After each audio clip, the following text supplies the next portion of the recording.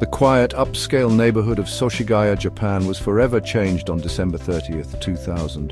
The Miyazawa family, a loving unit of 4, was brutally murdered in their home. Mikio, 44, Yasuko, 41, 8-year-old Niina and 6-year-old Rei were found dead, victims of a shocking act of violence. The Setagaya family murders, as they became known, remain unsolved to this day. What makes this case particularly haunting is the killer's prolonged stay at the crime scene. Long after committing the horrific act, the perpetrator remained in the Miyazawa home, further solidifying the mystery. This case, steeped in unanswered questions and unsettling clues, continues to captivate the world. The evening of December 30th, 2000 began like any other for the Miyazawa family. Dinner was shared, baths were taken, and children were tucked into bed. The Miyazawas were a typical suburban family living in the quiet neighborhood of Setagaya, Tokyo. They had no reason to suspect that anything was amiss, but this normalcy was shattered by an unknown intruder who entered the Miyazawa home and plunged the family into a nightmare. The tranquility of their home was about to be violently disrupted. Around 10:30 p.m., the killer gained entry to the home, likely through an unlocked window on the second floor. This point of entry would later become a crucial detail in the investigation. The first victim was Mikio Miyazawa, who was attacked and killed in his third-floor study.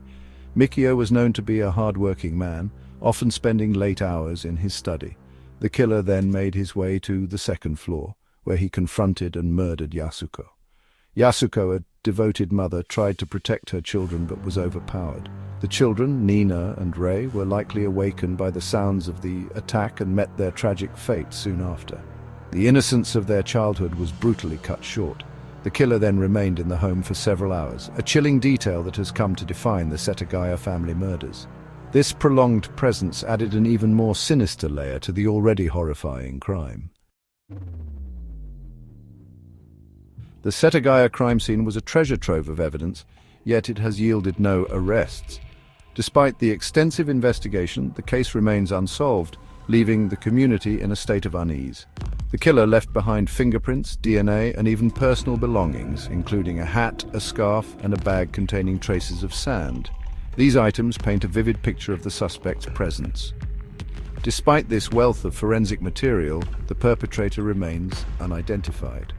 The frustration among the investigators is palpable as they sift through the evidence.